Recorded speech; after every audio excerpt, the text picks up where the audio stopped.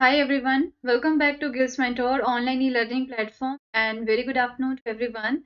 I hope you all are doing well. बच्चे एक बार मुझे confirm that am I audible and visible properly? Then we will start our today's session. So as you know कि daily हमारा session है for the SSC GL right जितने भी अपने upcoming हैं SSC के बैंकिंग कोई स्टेट लेवल एग्जाम है उन सब के लिए हमने एक नई स्टार्ट की हुई दैट इज दी जीके तो 500 एमसी स्टार्ट की हुई तो जो है जिस जो नीडी स्टूडेंट राइट उन्हें बहुत ज़्यादा हेल्प होने वाली है उन सभी स्टूडेंट बहुत ही ज़्यादा हेल्पफुल होने वाला है ये वाला सेशन ठीक है तो फटाफट से आ जाओ सभी then we will start our today session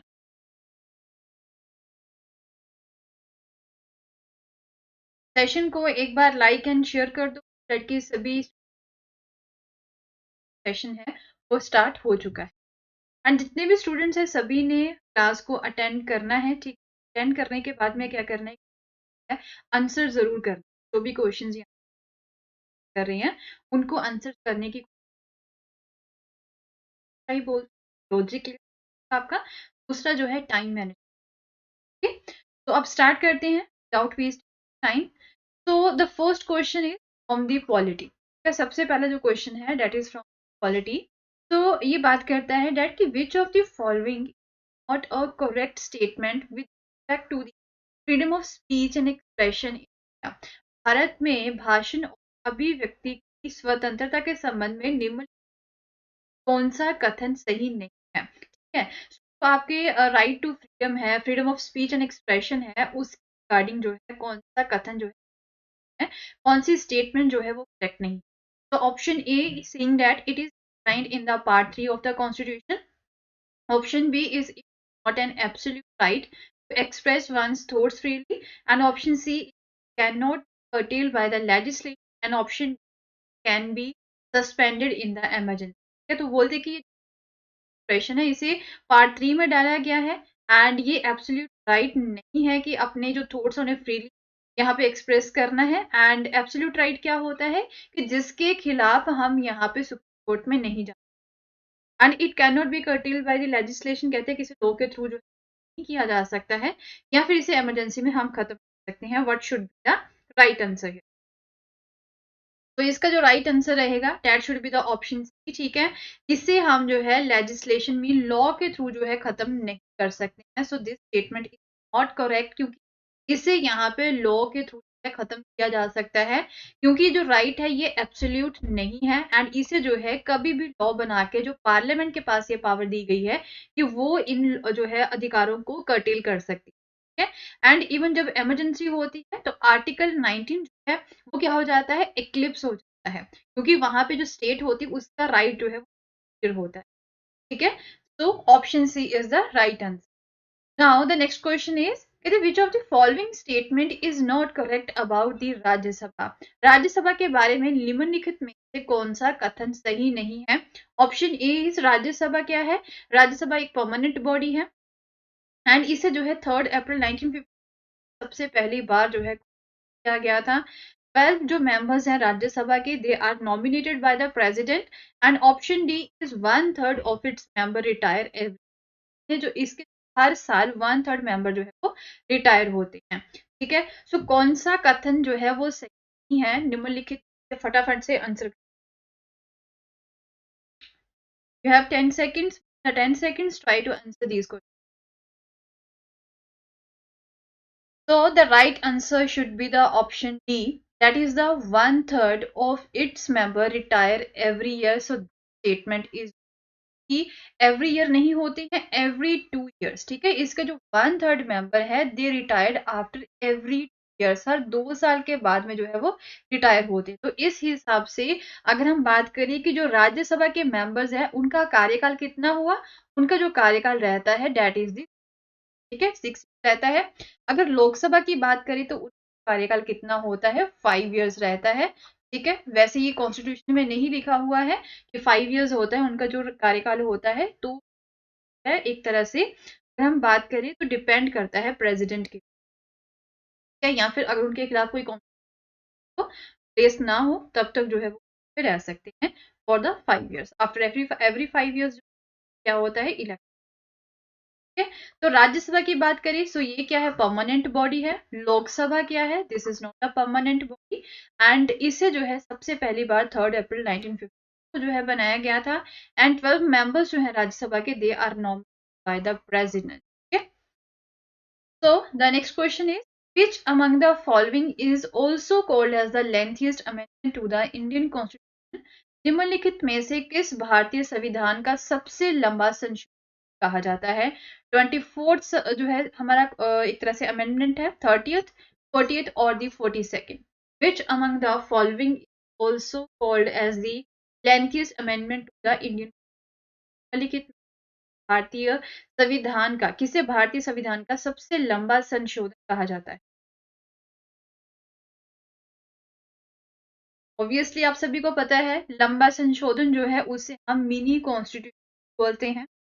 ठीक है, तो ये भी जो है आपके लिए एक थोड़ा सा मैंने आपको आइडिया दे दिया है. एंड उसे जो है कॉन्स्टिट्यूशन ऑफ इंदिरा गांधी, ठीक है, कॉन्स्टिट्यूशन ऑफ इंदिरा गांधी भी कहा जाता है कि उस समय में इंदिरा गांधी की सरकार थी. ठीक है, सो कौन सा अमेंडमेंट है, that is the 42nd amendment. Right, 42nd amendment कब हुआ था, 1976 में हुआ था. ये जो है सबसे लेंथियस्ट अमेंडमेंट है जिसके थ्रू जो है हमारे संविधान में बहुत सारे चेंजेस, एंड इसे हम mini constitution of Indira Gandhi भी बोला जाता है. So the next question is, which of the following parts or provisions of the Indian Constitution cannot be amended? कहते कि भारतीय संविधान के निम्नलिखित किस भाग या फिर प्रावधान में संशोधन नहीं किया जा सकता है? प्रियम्बल में, डीपीएसपी, फंडामेंटल राइट्स में या फिर जुडिशियल रिव्यू में. किस चीज में हम यहाँ पे मतलब इसे अमेंड नहीं कर सकते? प्रियम्बल को, डीपीएसपी को, फंडामेंटल राइट्स या फिर.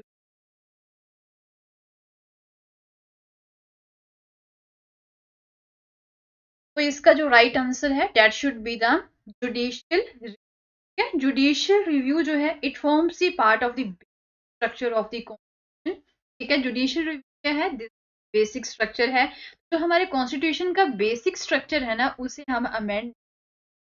ठीक है, जो बेसिक स्ट्रक्चर है, जिन प्रिंसिपल्स के ऊपर डिपेंड है, उन चीजों को हम यहाँ पे कर सकते हैं. जुडिशियल रिव्यू जो है ये बेसिक स्ट्रक्चर का पार्ट है जिससे हम जो है अमेंडमेंट के थ्रू ऑल्टर नहीं कर सकते हैं, चेंज कर सकते हैं. On the other hand preamble को भी किया जा सकता है अमेंड, डीपीएसपी को किया जाता है, फंडामेंटल राइट्स को भी किया जाता है. द नेक्स्ट क्वेश्चन इज, कहते जो हमारे 6th शेड्यूल है इंडियन कॉन्स्टिट्यूशन का, वो डील करता है with the administration and the control of the scheduled areas and the scheduled tribes in 4 states of. 6 schedule है हमारा, कौन सी 4 स्टेट की रिगार्डिंग जो है डील करता है? Manipur, Mizoram, Tripura and Nagaland, Assam, Meghalaya, Tripura and Mizoram, Assam, Meghalaya, Arunachal Pradesh and Nagaland, Assam, Meghalaya, Mizoram. What should be the right answer? Try to answer this question in the 10 seconds.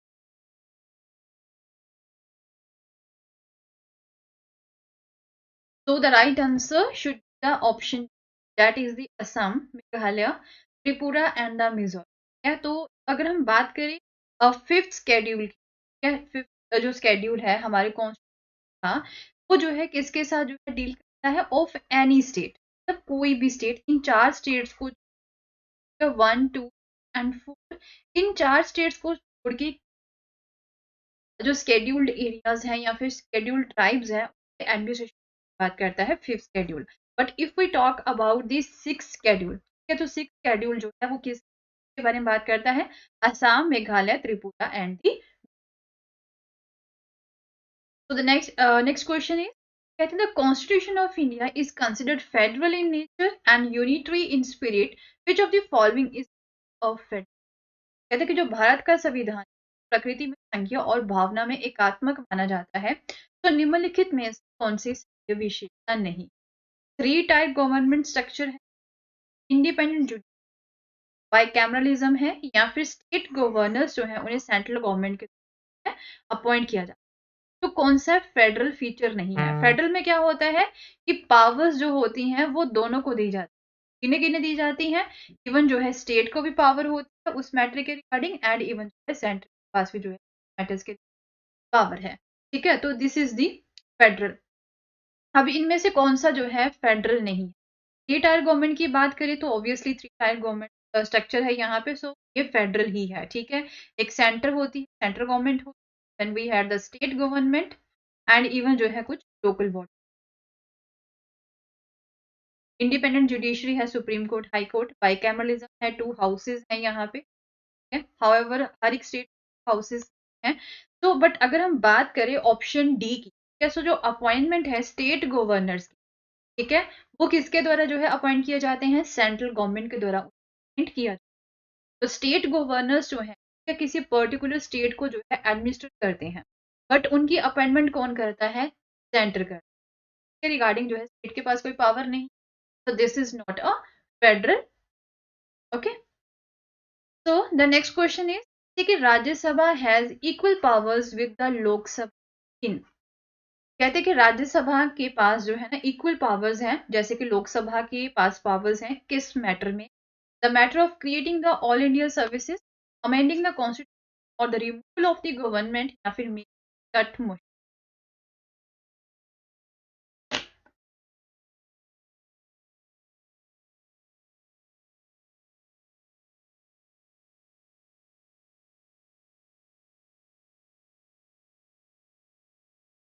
Rajya Sabha has equal powers with Lok Sabha in, Rajya Sabha को लोकसभा के समान शक्तियां प्राप्त हैं in the matter of the all India services, amending the constitution, the removal of the government, या फिर making cut motions, then we can say the option.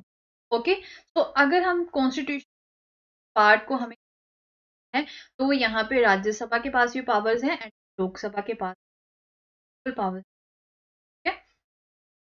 So the next question is the authorization of the withdrawal of funds from the consolidated fund of India must come from, कहते कि भारत की जो संचित निकासी के लिए जो प्राधिकरण है वो कहाँ से आता है? प्रेसिडेंट ऑफ इंडिया के पास पावर है, पार्लियामेंट ऑफ इंडिया के पास पावर है, the prime minister of India, या फिर the Indian finance. Consolidated fund of India से अगर फंड को विड्रॉ करना है तो किसके पास पावर है? तो इसका जो राइट आंसर है that should be the option, that is the parliament of India. हमारे भारत की संसद है उसके पास power for the consolidated India. Now these questions are from the modern history। तो अब जो है आपको ये फ्रीडम फाइटर्स हैं देखने हैं, एंड आपको ये देखना है कि से फ्रीडम फाइटर जो associated Ghadar of the above was over actively associated with the Gadar party 1 and 2, 2 only, 1 and 3, या फिर 3?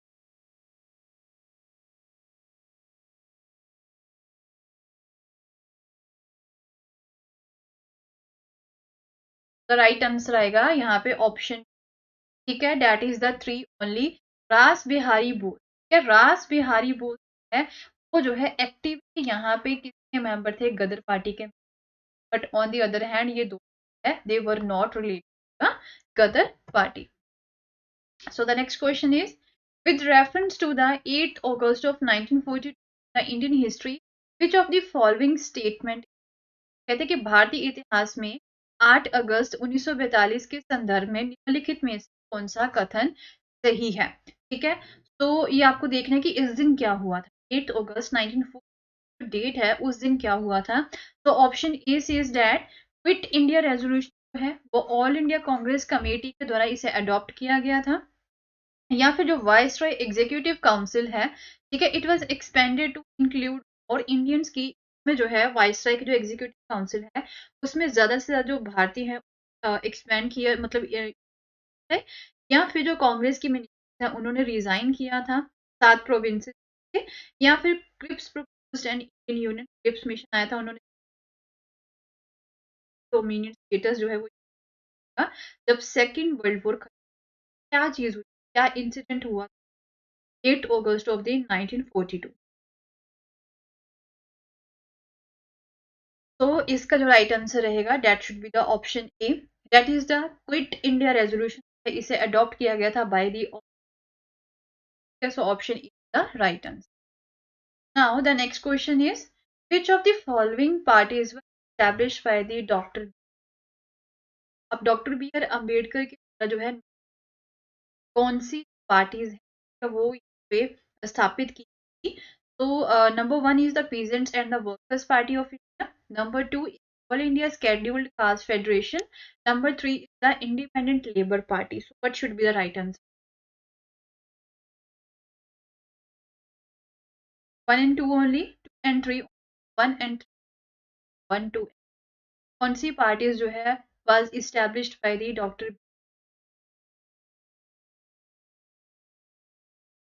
का जो राइट आंसर है that should be the option. Okay, and three. So we can see All India Scheduled Caste Federation हो गया, and the second one is so two the right answer. Now the next question is Mahatma Gandhi undertook fast unto death in 1932 because कहते हैं कि महात्मा गांधी ने 1932 में जो है आमरण अनशन किया था. इसका कारण क्या? Option is the round table conference, वो इंडिया के जो पॉलिटिकल एस्पायरेशंस उन्हें सेटिस्फाई करने से फेल रही थी. Option B is Congress and Muslim League जो है उनके डिफरेंसेस का ओपिनियन. राम से मैकडोनल्ड जो है उन्होंने को किया था, या फिर इनमें से कोई भी स्टेटमेंट जो सही नहीं. तो क्या कारण था फास्ट अनटू डेथ रखा?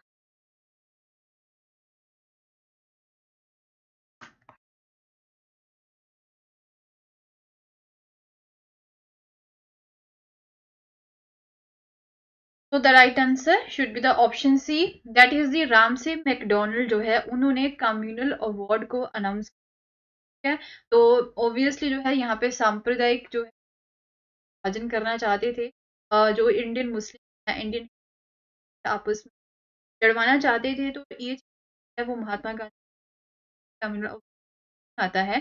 तो that is why Mahatma Gandhi fast unto 1932. Now the next question is it is regarding the any basin, and any basin regarding जो है आपको कुछ statements दे रखे हैं, वो देखना है कि इनमें से कौन सी स्टेटमेंट जो है. तो number one is responsible for starting the home. कहते कि वो थियोसॉफिकल सोसाइटी के फाउंडर थे या फिर इंडियन नेशनल कांग्रेस के प्रेसिडेंट. स्टेटमेंट जो है रिगार्डिंग द एनी बेसिन.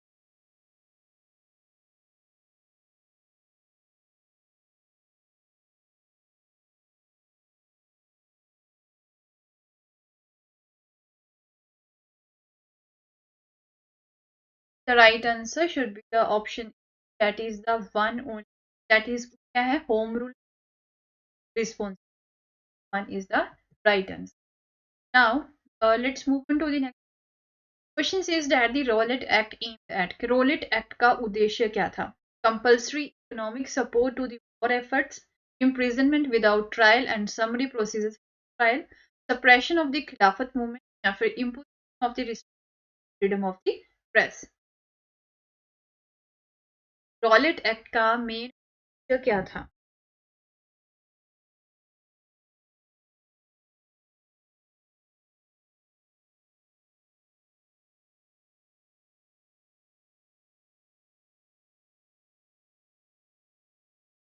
इसका जो राइट आंसर रहेगा दैट इज द ऑप्शन.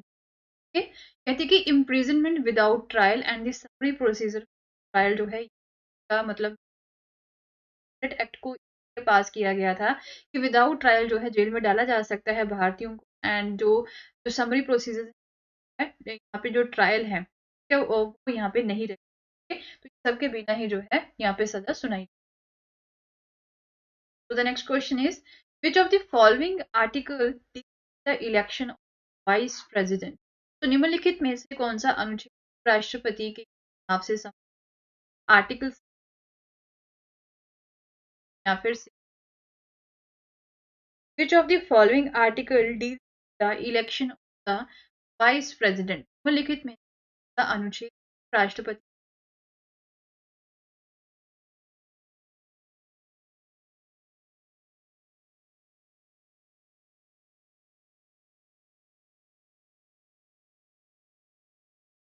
का जो राइट आंसर रहेगा that should be the option C. ठीक है, आर्टिकल 6 जो है वो वाइस प्रेसिडेंट जो है हमारे जो भारत के उपराष्ट्रपति हैं उनके इलेक्शन के साथ रिलेटेड है। तो option see the right answer. Now the next question is who can remove the vice president from his. कहते कि उपराष्ट्रपति को पद से हटा सकता है प्रेसिडेंट, प्राइम मिनिस्टर, पार्लियामेंट या फिर लेजिस्लेटिव असेंबलीज। प्रधानमंत्री हटा सकते हैं, राष्ट्रपति हटा सकते हैं, संसद या फिर जो विधानसभा होती है राज्य की वो हटा सकती है। कौन हटा सकता है वाइस प्रेसिडेंट?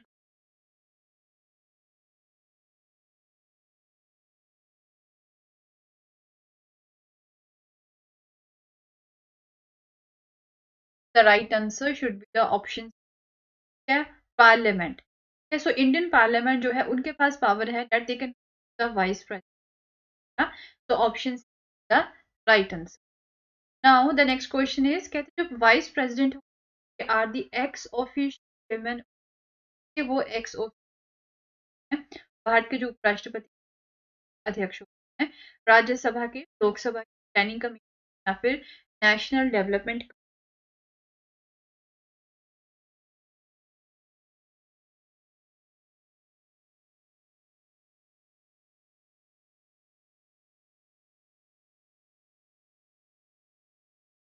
तो राइट आंसर इसका रहेगा that is the option Rajya Sabha. Okay, so vice president जो है they are the ex officio chairman of Rajya Sabha and वो जो है एक तरह से प्रेसिडेंट के तौर पे एक्ट करते हैं जब कभी भी जो हमारे प्रेसिडेंट हैं, ठीक है, वो अनेबल होते हैं, परफॉर्म नहीं कर पाते हैं किसी भी वजह से, due to absence, illness, any other causes. So we can see vice president they also act as the president. Otherwise, they are the ex of Rajya Sabha. Now the next question is which amendment of the Constitution of India increased the age of retirement of High Court judges from? कहते कि भारत के संविधान के किस संशोधन ने न्यायालय के सेवानिवृत्ति की जो आयु है उसे से बढ़ाकर 10, 12, 15 और 245?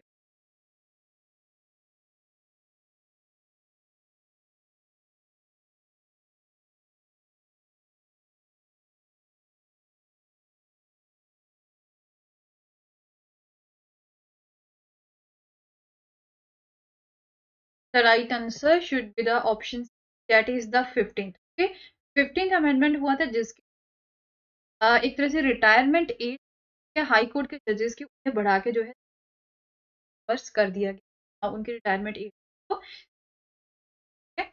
तो द नेक्स्ट क्वेश्चन इज कहते कॉन्टिजेंसी फंड ऑफ इंडिया के custody prime minister, supreme court के जजेस, द प्रेसिडेंट या फिर द फाइनेंस मिनिस्टर?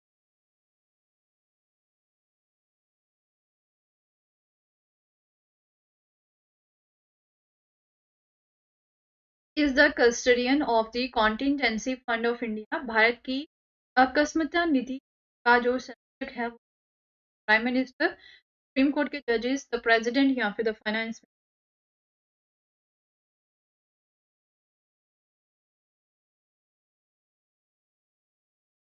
तो the right answer should be the option C that is the president. क्या जो हमारे राष्ट्रपति हैं are the custodian of the contingency. है कहते कि हमारे भारत में जो परमानेंट सेटलमेंट सिस्टम है उस कब स्टार्ट किया गया, कब ये प्रारंभ हुआ था? 1900 में, 1885, 1890 में, फिर 17?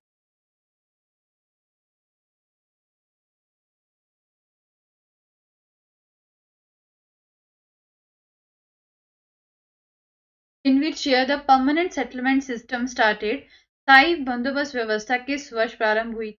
1900 में, 1885 में, 1890 में या फिर 7?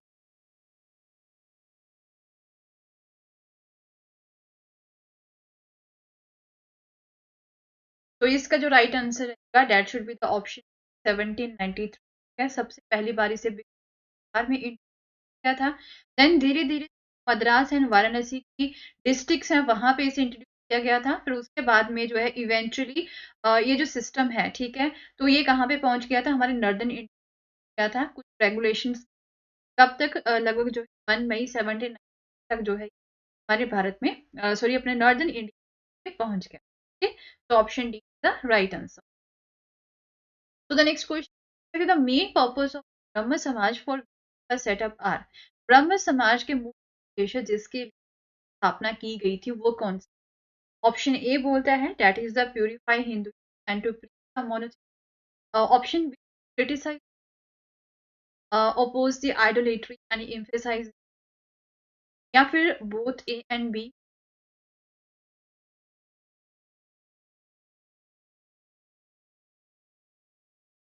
The main purpose of the Brahma Samaj for which it was set up, purify Hinduism and to preach the monotheism, criticize social evil, oppose the idolatry and emphasize human dignity, या फिर both A?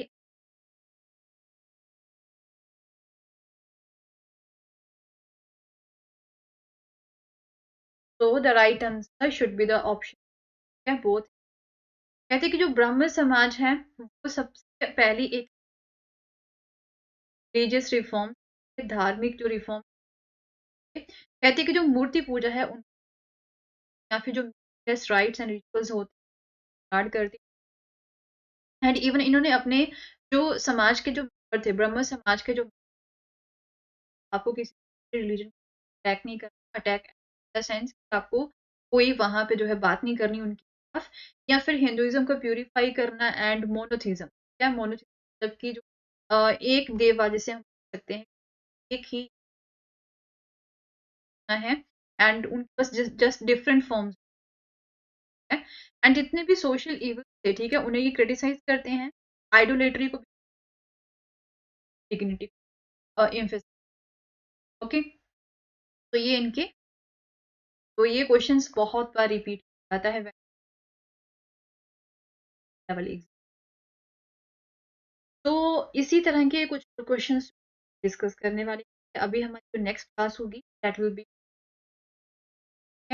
तो daily Monday to Friday, क्या Monday to Friday जो है class होती है, कब होती है? एट 2, ये सबने याद रखना है, and without wasting waiting for class join करनी है, जो कि आप सभी ज़्यादा इम्पोर्टेंट है।